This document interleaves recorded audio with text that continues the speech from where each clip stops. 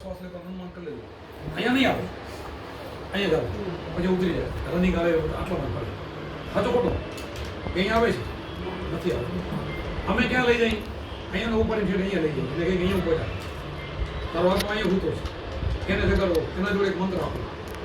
આટલી વાત સમજાઈ ગઈ પછી જે શ્વાસ આપેલા અડધા આપેલા હતા અડધામાંથી પૂરા લ્યો એટલે શ્વાસ બચે કેટલા બચે કે ના બચે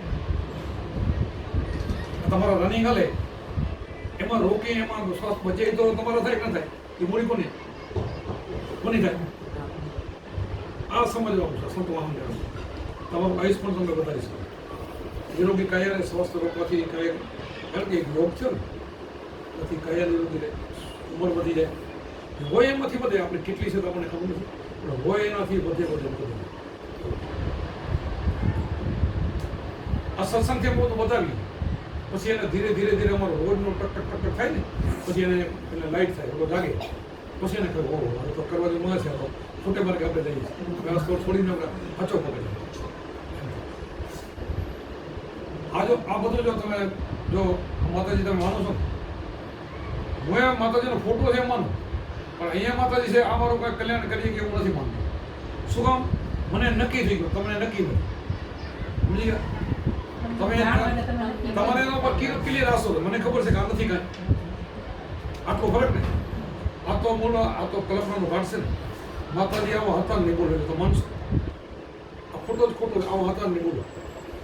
તો આપણે માનીએ તો છે ને તો બીજાનો આકારને આપણે ભજી રહ્યા કહેવાય ને કોકના આકારને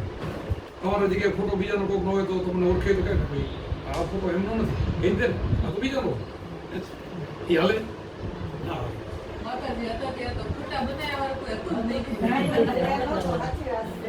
પછી હાલો કદાચ ભલે એવો જ હતો તો એનો પણ ક્યાંક જન્મ થઈ ગયો એના જન્મ થાય છે ને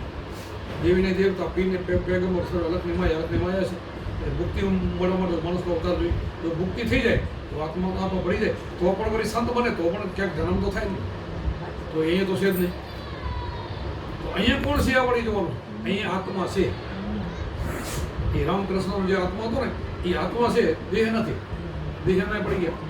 દેહથી તો વિલીન થઈ ગયા એ તો આપણો દેહ છે એનો હતો તત્વનો જ હતો ને એ તો કોઈ સમાધિ લીધી હોય કોઈ જળ સમાધિ લીધી હોય કોઈ અગ્નિમય રાખ થઈ જાય ને તો પ્રગટ થઈ જાય એમાં છે નહીં પછી આત્મા મન ઉડે ગયા ઘરમાં નીકળી ક્યાંથી જાય ઘરેથી મસાણ ઘર કહેવાય સ્મશાન કહેવાય તમે કે તો આપણે સ્મશાનમાં બી ઘરે કેમ જઈએ શિવજી પવિત્ર ભૂમિ સ્મશાનમાં તપ કરતો ત્યાં તો પવિત્ર છે મસાણ તો કરે છે હવે આપણને બીક છે નહીં છે મસાણની નથી ને અહીંયા અંધારાની છે આ ઘરમાં તમે અજવાળું તો નીબી હો અહીં જ અંધારું તો નીબી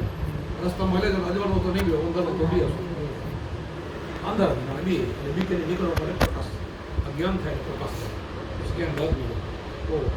મારું કોઈ ખોટું કરી ન શકે જે સાચું કે ખોટું કરવાનું અંદર બેઠો છે તો મારું બગાડશે અને મારી રક્ષા એ કરશે મારું ધ્યાન નહીં રાખશે એટલે તમે નીડર બની જાઓ અંદર આપણું બધું ધ્યાન રાખે એટલે નીડર બની જાઓ હવે આમાં એવું છે બે વાત છે કે ભગવાને માણસ બનાવ્યો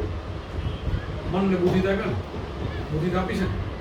હવે તમે ભગવાનનો ભરોસો આપણે કેટલો રાખો રોડમાંથી હાલી તો ભગવાન તું મને બતાવજે ને આખું બધી હાલે જાય મારે કુવામાં પડી ભગવાન તું મને બતાવજે હાલે હા નથી એવું નથી બુદ્ધિ આપી છે એમ જોતો પછી જોતા ક્યાંક ભૂલ ન થવા દે એ ભગવાન કામ કરે આપણે સંભાળતા હાલી ને ક્યાં ક્યાં અકસ્માત બનવા ન બનવા દે એ ભગવાન કામ કરે પરિપૂર્ણ વિશ્વાસ હોય એ રક્ષા ત્યાં કરે એટલે આવું અમને ભાન છે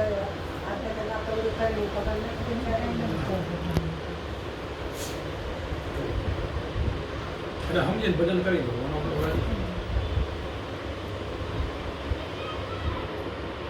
હું તો અમારા શિષ્યો ત્યાંથી હાઈટ થયા તો મારે એક જ થાય તો અમે કેટલા બધા મેં બતાવું 5 વર્ષનું આયુષ તમારું વધી જાય ભલે આખો દી ન બચાવ્યો પણ 20 મિનિટ બેહો તો એનો એટલા બચાવો તો કેટલું કામ થાય અડધો કલાક બે ટાઈમ બેહો 1 કલાકના રોજ બચાવ તો કેટલા થાય 50 વર્ષની ગણતરી કરો તો કેટલા થાય 5 વર્ષનું આયુષ તો વધી જાય